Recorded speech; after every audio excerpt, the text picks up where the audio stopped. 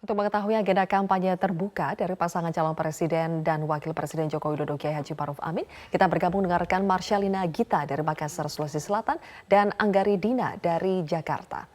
Kerekan Gita terlebih dahulu, Gita, bagaimanakah suasana kampanye Akbar Capres 01 Joko Widodo? Ya, tentunya suasana kampanye Akbar ini diikuti oleh antusiasme massa pendukung Joko Widodo yang begitu tinggi sekali untuk menanti kehadiran Joko Widodo pada saat tiba di lapangan Karebosi, Makassar pada pagi hari tadi. Setidaknya Joko Widodo melakukan rangkaian kegiatan kampanye terbuka di dua tempat di Sulawesi Selatan, yakni di Kota Makassar, kemudian dilanjutkan menuju ke Kabupaten Goa, Sulawesi Selatan.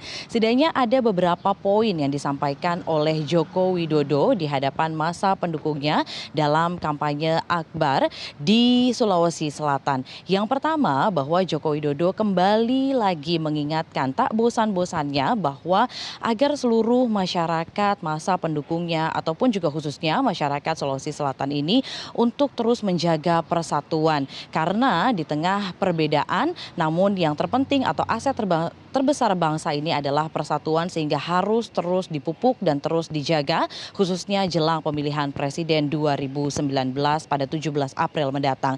Kemudian juga Capres petahana Joko Widodo kembali lagi mengklarifikasi terkait dengan isu-isu berita-berita bohong, kemudian juga fitnah yang menimpa dirinya. Kembali lagi Jokowi menegaskan bahwa seluruh masyarakat jangan mudah terpercaya terkait dengan berita-berita yang beredar, namun harus di cross check terlebih dahulu. Dan Joko Widodo kembali lagi mengklarifikasi berbagai isu yang terkait dengan fitnah PKI, kemudian juga larangan azan dan berbagai isu-isu atau berita bohong lainnya. Kemudian juga tadi Joko Widodo menjawab terkait dengan pernyataan dari Capres 02 Prabowo Subianto yang menyatakan jika korupsi di tanah air ini sudah sangat mengkhawatirkan ataupun juga sudah masuk dalam tahap stadium 4. Jokowi menyatakan bahwa selama pemerintahannya, pemerintah Jokowi JK pun ini juga sudah sangat concern sekali untuk menumpas atau memberantas korupsi di tanah air.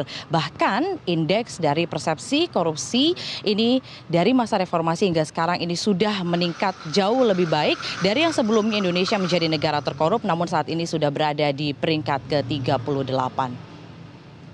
Zilvia? Gita, kalau pada tahun 2014 lalu Jokowi masih berpasangan dengan JK, tentu target kemenangan di Sulawesi Selatan menjadi besar. Nah, bagaimana sekarang target kemenangan Jokowi di Sulawesi Selatan ketika sudah tidak berpasangan dengan JK lagi?